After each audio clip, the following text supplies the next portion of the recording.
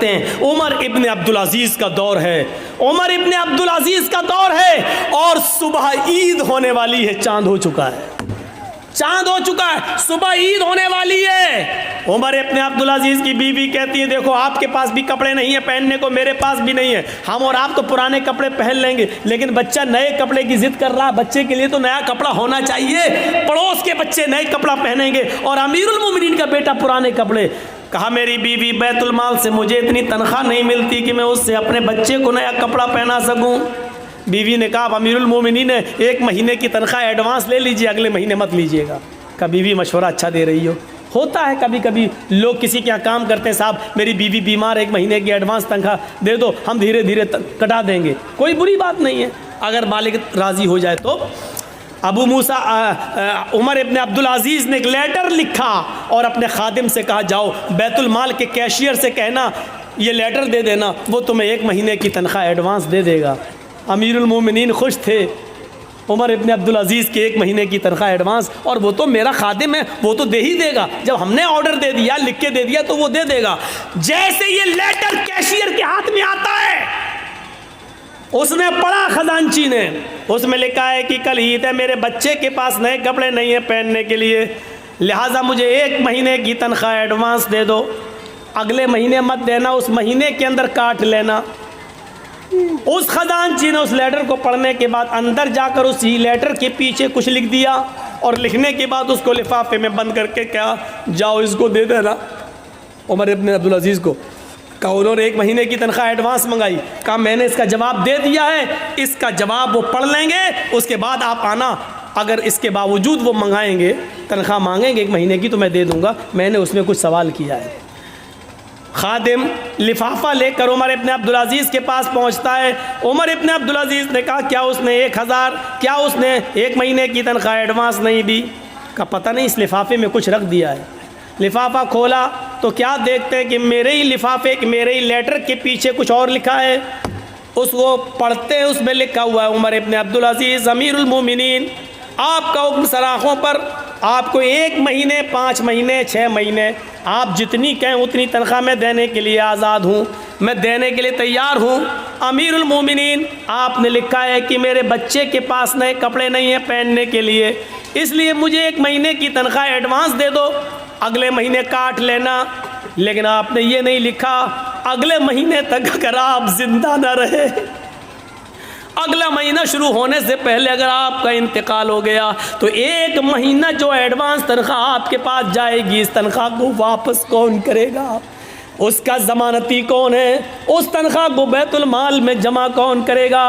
काश ये वाक़यात मोदी ने पढ़े होते, ये वाक़यात योगी ने पढ़े होते तो उनको पता चलता कि इस्लामी हुक्मरानों की तारीख कैसी गुजरी है। ये बेचारे 10-10 और 20-20 लाख का सूट बूट पहनकर अमेरिका के प्राइम मिनिस्टर का स्वागत करने वाले लोग क्या जाने कि हुकूमतें कैसे चलाई जाती हैं। हुकूमत चलाना सीखना है तो सीखो उमर इब्न अब्दुल अजीज़ से, सीखो हज़रत उमर फारूक से, और उन्हीं से सीखी थी महात्मा गांधी जी ने। इसीलिए तो कहा था बापू ने कि अगर देश में खून खराबा बंद करना चाहते हो, अमन सुकून चाहते हो, तो हज़रत उमर फारूक जैसा कानून नाफिज कर दो, देश के अंदर खून खराबा बंद हो जाएगा। ये महात्मा गांधी ने जुमले कहे हैं, सत्य और अहिंसा के अंदर आज भी लिखे हुए हैं। मेरे भाइयों, आज सूरत हाल ये है कि विजय माल्या बाहर बैठा हुआ है, देश की ये सारी चीजें लेकर बाहर बैठा हुआ है। आज पूरे देश के गोदामों को अडानी और अंबानी के सुपुर्द कर दिया जा रहा है और देश का चौकीदार कुछ बोलने के लिए तैयार नहीं है।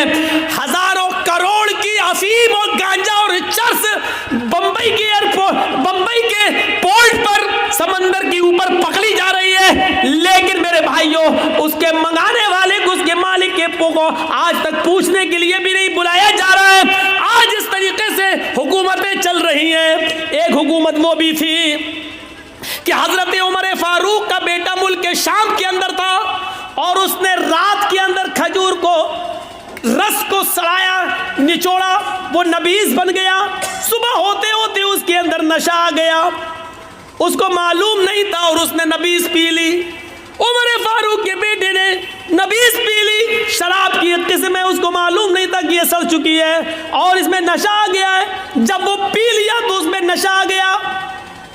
मुल्क शाम के गवर्नर को पता तो हजरत उमर फारूक के बेटे को बुलाया और 40 कोड़े लगवा दिए मुल्क शाम के अंदर।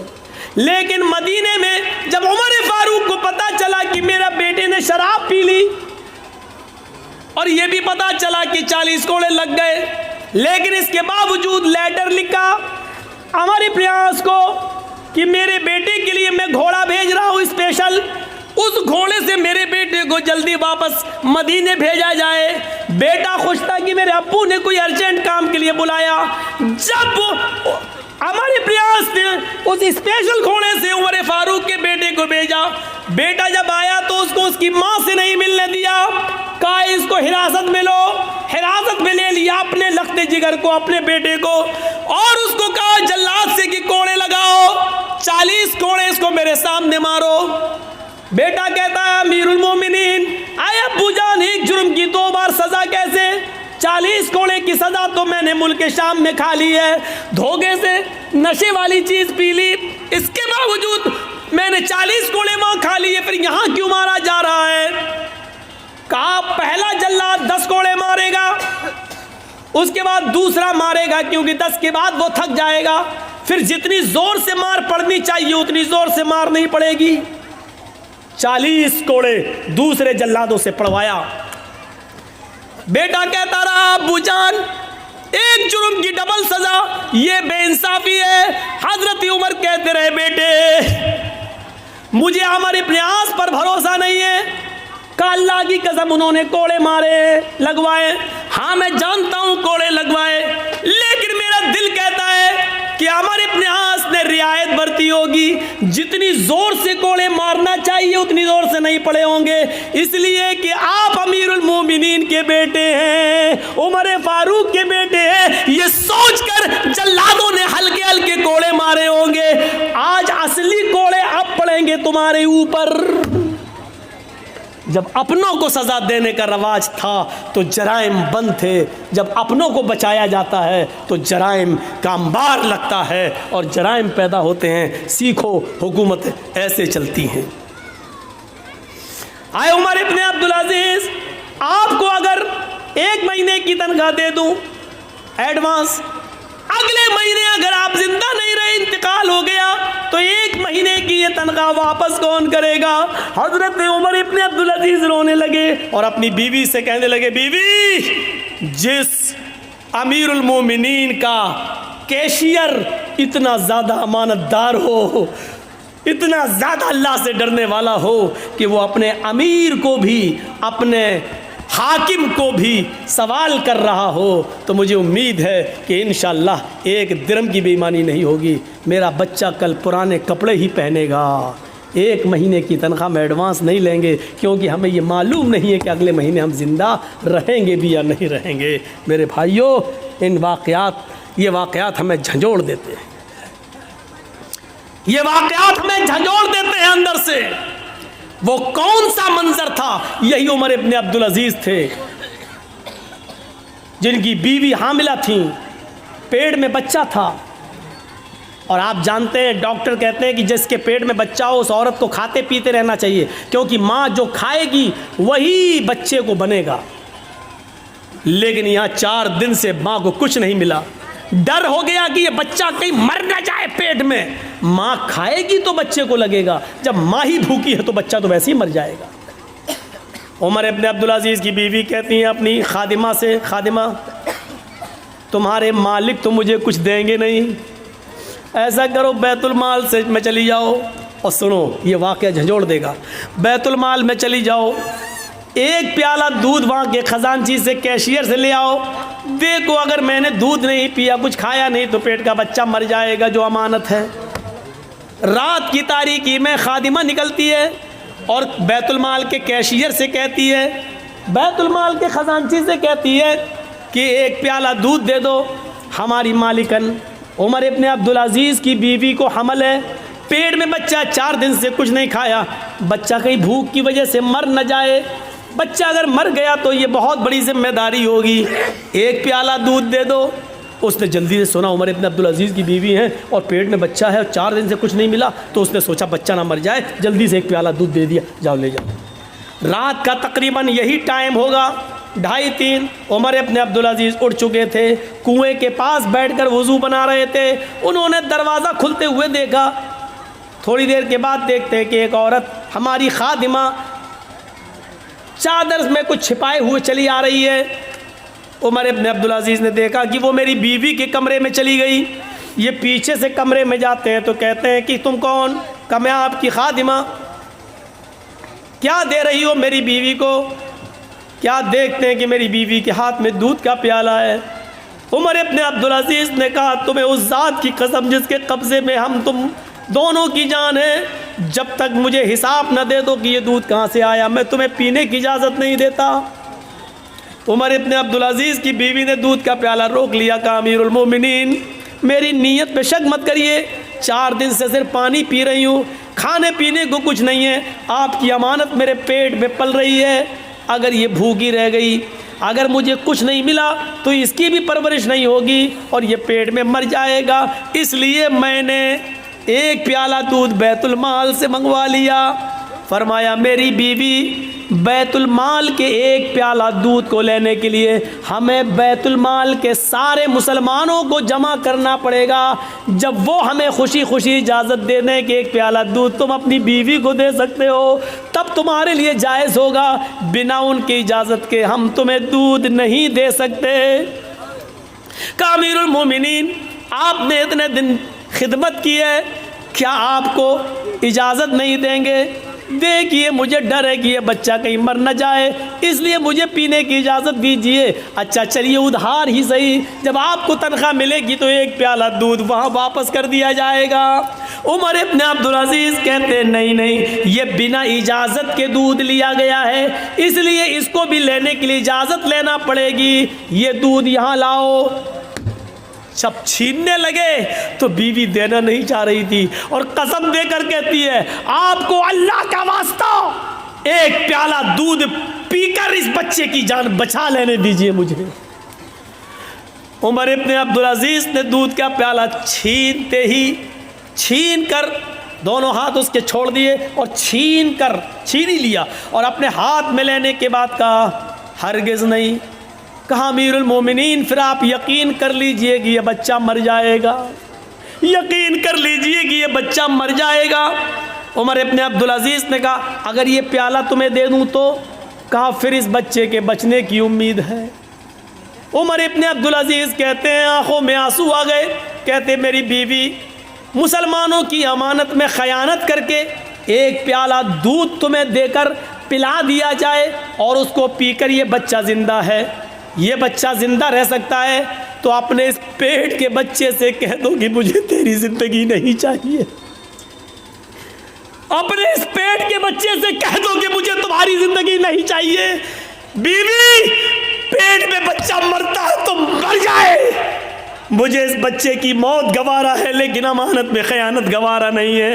1 प्याला दूध की बेईमानी हमें कबूल नहीं है। गए और बैतुल माल में वो दूध जमा करके बैतुल माल के कैशियर को नौकरी से हटा दिया कि तुमने मेरी इजाज़त के बगैर ये दूध कैसे दिया। इन वाक़यात की रोशनी में हम कैसे लग रहे हैं, और इन वाक़यात की रोशनी में हम तो छोड़ो मोदी और योगी कैसे लग रहे हैं। इन वाक़यात की रोशनी में मेरे भाइयों हम सब तसव्वुर करें, हम सब देखें, हम सब सीखें, हम सब जानें।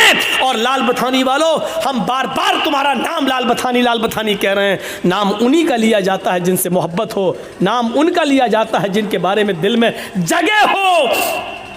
मैं इसलिए कह रहा हूं क्योंकि आपके बारे में कुछ तो गलतफहमियां मेरे दिल में डाली गई। 15 साल से हमसे बराबर कहा जा रहा उधर मत जाना, उधर मत जाना, और मेरी खोपड़ी में नहीं बैठ रहा था कि कौन लाल बथानी। 15 साल हो गए, हमारे जहन में नहीं आ रहा। अरे वहाँ तो ऐसा होता वैसा होता। अब मैं माइक में हूँ, मैं बताऊँगा नहीं, वो सब रिकॉर्ड हो जाता है, इसीलिए मैं मना कर रहा था। ऐसा होता वैसा होता, कोई नहीं इस दुनिया के अंदर, सुन लो, कोई इतना नेक इंसान नहीं है कि जो इतना बड़ा नेक हो कि नेकियों में उसने फरिश्तों को फेल कर दिया हो। कोई इतना बड़ा नेक भी नहीं है कि उसकी इबादतें इतनी ज़्यादा हों कि उसने फरिश्तों को से आगे निकल गया हो। और इस दुनिया में कोई इतना गुनाहगार भी नहीं कि गुनाहों में उसने इबलीस से भी वो आगे बढ़ गया हो।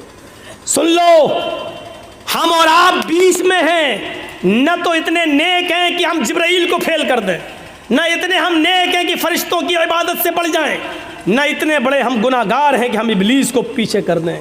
इसीलिए फरमाया अल्लाह के रसूल ने, कुल्लु बनी आदम खत्ताऊन व खैरुल खत्ताईन तव्वाबून। हर इब्ने आदम से ख़ता और गलती होती है, बेहतर गलती करने वाला और बेहतर गुनाहगार वो है गुनाह करके अपनी गलती की फ़ौरन तौबा कर ले।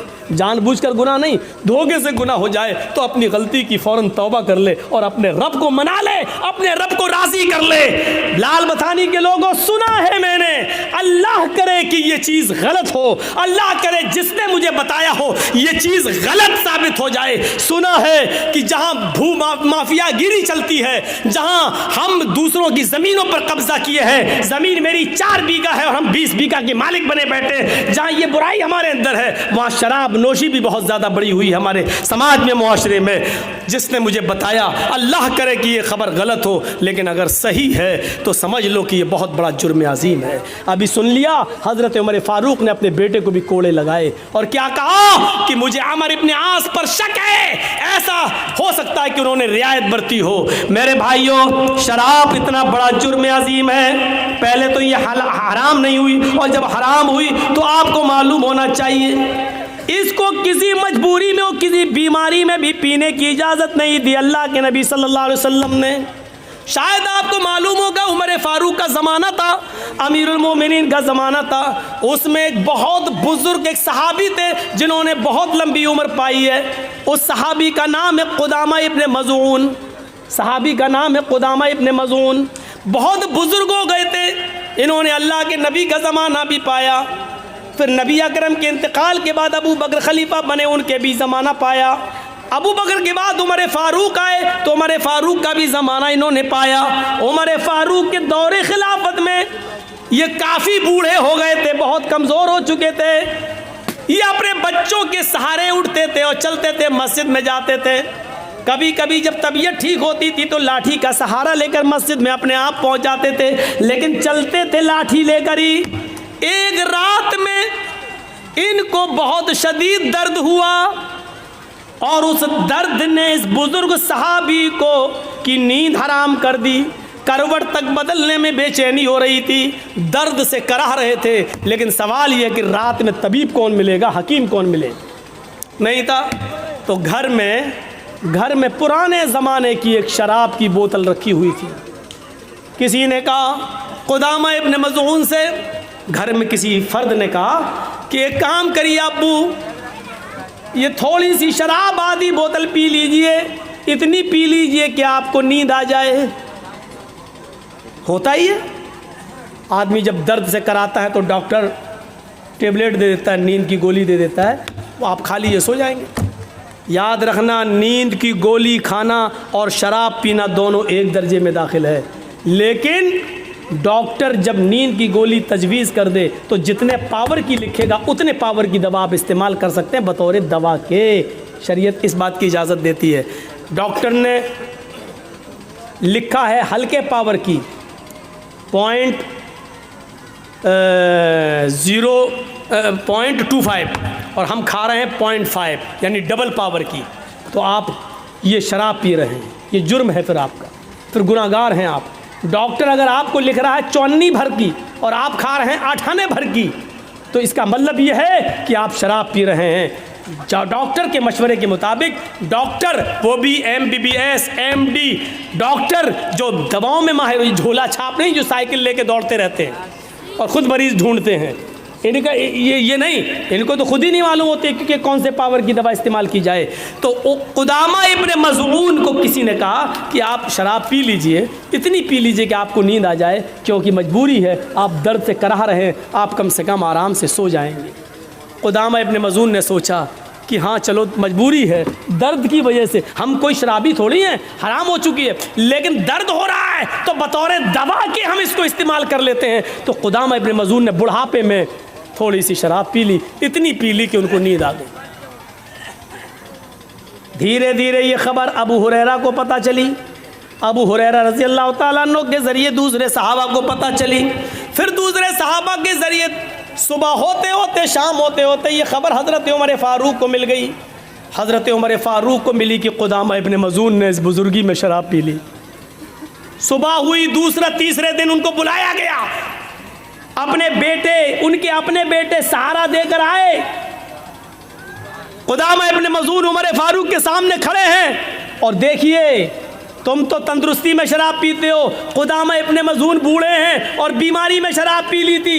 हजरत उमर फारूक ने कहा है, कुदामा मैंने सुना है कि तुमने शराब पी है परसों। कुदामा इब्न मज़ून कहते हैं, हाँ आपने सही सुना है, लेकिन आपने शायद ये नहीं सुना कि मैंने किस वजह से शराब पी।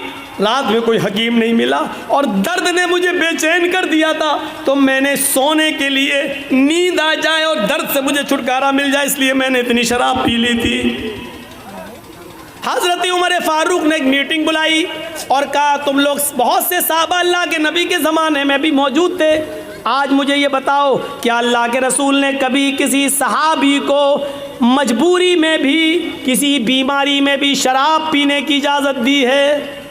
अगर एक वाक़या मुझे मिल जाए कि बीमारी में किसी को शराब पिलाई हो तो मैं कुदामा इब्न मज़ून को छोड़ दूंगा।